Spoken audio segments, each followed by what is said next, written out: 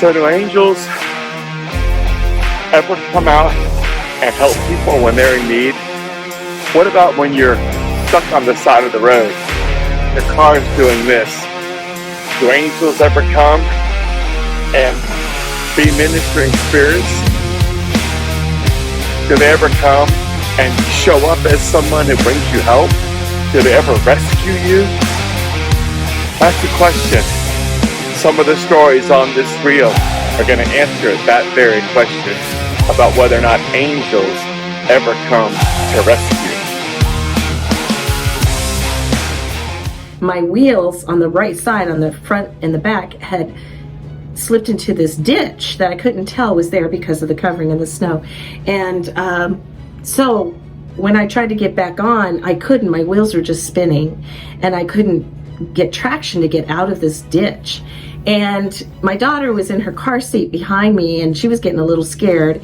I said out loud, I could sure use a tow truck right now, God. And I'm not kidding. This just comes out of my mouth, and I look and I see this red tow truck coming up the opposite side, and I roll down my window, and the tow truck stops, and he says, "Can I help you?" I said, "Yes," and he just got out. He just slipped that little thing on my hook of my car and pulled me out, and as I was thanking him, I was actually scrambling to try to find some cash to give him, and he wouldn't take it. And I thanked him so much. And I turned on my car. I look in the rearview mirror because he just had taken off, and I couldn't see him. It was nothing. I got out of the car and I looked down the path, the street, and there was no way that tow truck could have disappeared down the road and around the corner that fast. And I realized, oh my gosh, that was an angel. But this really bright being, it was so bright white that it was like milk white, how white that is, but super bright. And we had 7-foot ceilings, but it was taller than that. Anyway, it appeared in the middle of the room and it went out. And I heard it making this noise, like it was walking, or maybe it was the wings. And I looked at my brother Paul and I was like, did somebody just walk by? And he goes, yeah, wasn't it Mom? And I was like, no, Mom's not here. And he goes, was it Dad? And I was like, no, Daddy's not here either. And so then we talked about what we saw, and he saw the bottom of it, and it was like a robe. My younger brother, who was on the couch, did not hear it or see it. But later, him and my mom were driving in a car, and they saw giant wings, like each wing was like the size of a car, fly into the car in front of them. And so there was a lot of angelic activity at that time. In the afternoon, my mom and my sister were outside feeding chickens, and my mom needed to fill up a water bucket for the chickens to drink out of, but the hose was stuck underneath the tire of this farming truck that we had. And my mom asked my sister to put the truck in reverse and move a little bit so that the hose would not be underneath the tire. Instead, she put it in drive, and when she thought she had it in reverse, I ran outside because I heard yelling and screaming, and I saw my mom pinned up against the stairs, and I saw an angel right next to her holding the truck just like that. And he was maybe 7 or 8 feet, and he was like, he looked like he could be a bodybuilder, a huge bodybuilder. When the truck was put in reverse to let my mom go, he looked at me and smiled, and I blinked and he was not there anymore. So I asked myself, did I really just see an angel? And I was like, I really do have a guardian angel.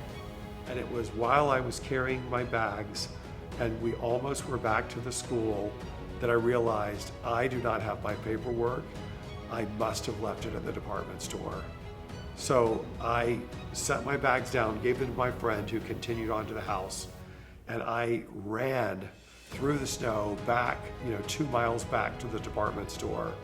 And as I was running, all the stories from the book I was reading about angel encounters came up and miraculous answers to prayer. And I began to pray and I said, Father, if there's ever a time I would like to see an answer to prayer, it's to have this folder found, because everything I have of value is in here. I cannot go without my papers, my money, and my whole semester project. And so as I rounded the corner of the building where the street turned to the front of the department store, there in front of the sweaters and the tables, where I thought maybe I had left it to try those on, was an older gentleman. He had white hair and very sparkly blue eyes. And as I ran up to the table, guess what he had in his hands? He had my dossier, he had my folder. And I was like, looked at him, and then I looked at the folder, and then I looked at him, and I said, you have my folder, you have all my things. And he laughed, and he had the most twinkly blue eyes, like the brightest blue eyes I've ever seen, silver hair. And he said my name, he said, Jonathan, which is John, my full name, Jonathan in French. And he goes, oh, you silly students, always leaving things. He said, I have this here for you, you left it, and I've been keeping it for you. And he handed it to me. And I was like, thank you so much. I don't know where I would be without this. Thank you, thank you, thank you. And he just said something like, you students, and he just walked off. Who was that? Father, who was that? And he let me know that was my first real angel encounter, where he had sent down this angel. And I thought, that's amazing, because I knew from the beginning of this encounter that something was different. And he was just extraordinarily friendly. And the fact that he knew my first name, I just was reading at the time, he must have looked at my passport and read my name. But he called me by my first name like he knew me. And then when we came back out, he was gone.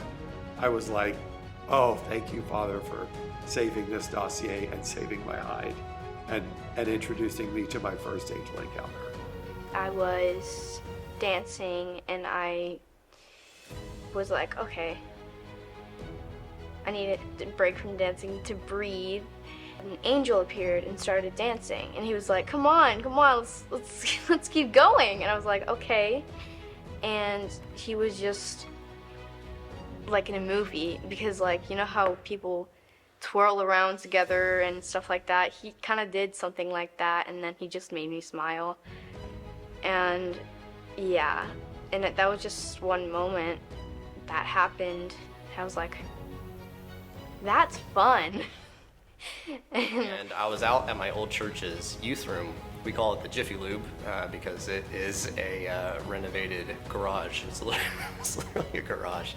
You go out there in the summer, it's pretty hot. But I would go out there from time to time and just bring my guitar, and I would just worship for however long and pray for however long. It was just time to get alone with God and just seek Him. Out of nowhere, I hear off in the right-hand side of me. Here off on the right-hand side of me, the most pure sound I had ever heard.